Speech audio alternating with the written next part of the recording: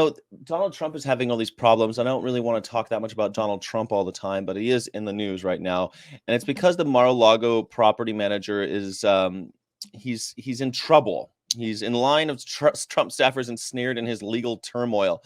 See, so the issue is this is the kind of I don't know what the property manager of a hotel like that, of a big resort, is really important because he makes sure everything is working properly.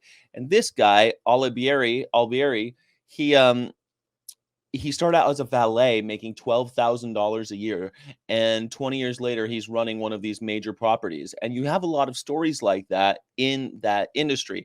I worked in this industry for a long time in hospitality, in giant resorts, and there's people like that who you meet who started out in valet or a busboy or a bellhop, and now they're running a major property and they know where everything is and everyone trusts them.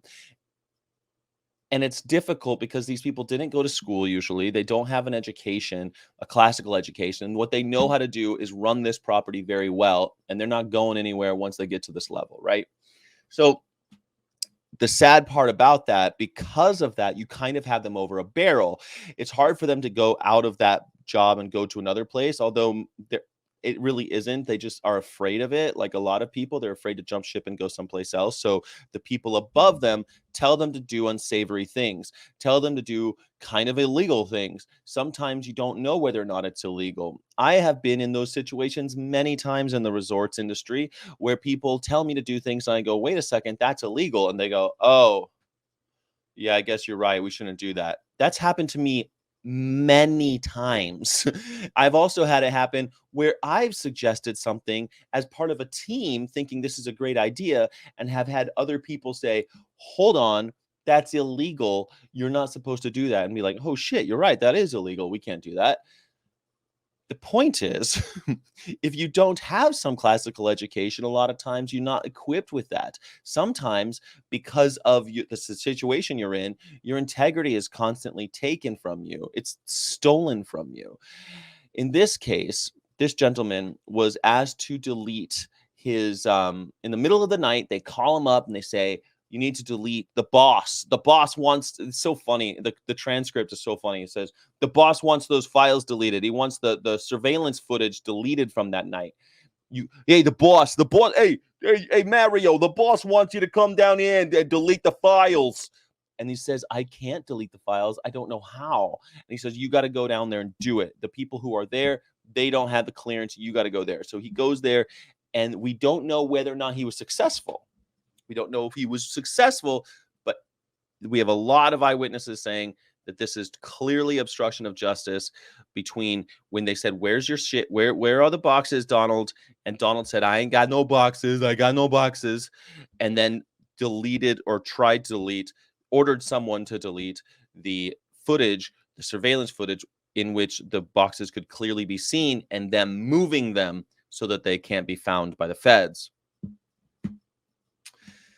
And I don't know whether or not to feel sorry for this guy because he's caught up in this Donald Trump thing. Donald Trump is paying for his attorneys. The Republican committee has paid $40 million so far on just legal fees for Donald Trump. I can't believe that's got to be that's unprecedented that a political party is spending tens of millions of dollars on the defense of its main candidate, its legal defense. It's wild and crazy, and we're in uncharted territory. And in the resorts industry, there's tons of characters like this that they kind of have over a barrel. They feel like they can't go anywhere else. They've got you emotionally stuck to a place, and now you're definitely stuck to the guy in charge because he's paying your legal fees, he's paying for all your attorneys and everything else. So I'm on the fence because this guy acted without integrity. He broke the law. He did something really bad. But at that same point, at the same time, I completely can see where he's coming from. The boss said he wants this done. People tell us to do crazy shit all the time, like delete files, delete this, shred that. I have been personally asked so many times, not by the president of the United States, but just the president of the company, to do things that I thought were like, I don't know about this, man. I don't think we should be doing this. That's happened a lot in my life, working for resorts like MGM and St. Regis. Like I've worked for major companies that the people in charge do squirrely stuff sometimes.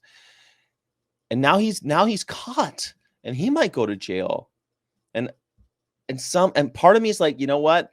All the people, I never had to break the law. I always said no. I said, wait a second, that's illegal. I'm not doing it. This guy did it.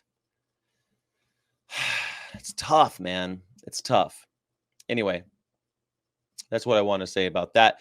And I hope that Donald Trump goes to jail. I hope he goes to jail for putting people in that position. Yeah. Such a slippery slime ball, says Tight 269. Absolutely. Absolutely no reason to feel sorry for him.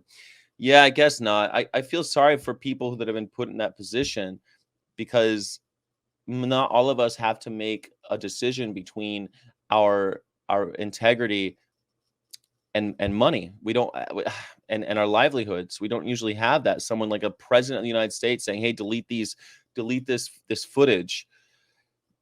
It's like this weird area where all of a sudden it's my job to do what I'm told. He's also the president of the United States. He's also my boss.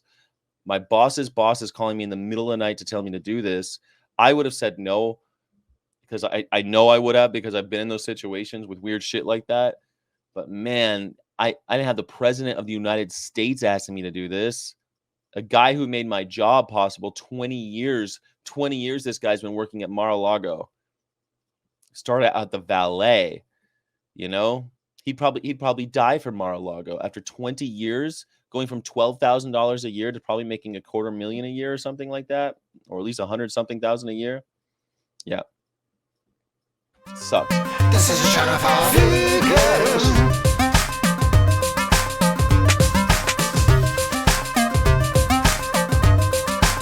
This is a channel for veganism.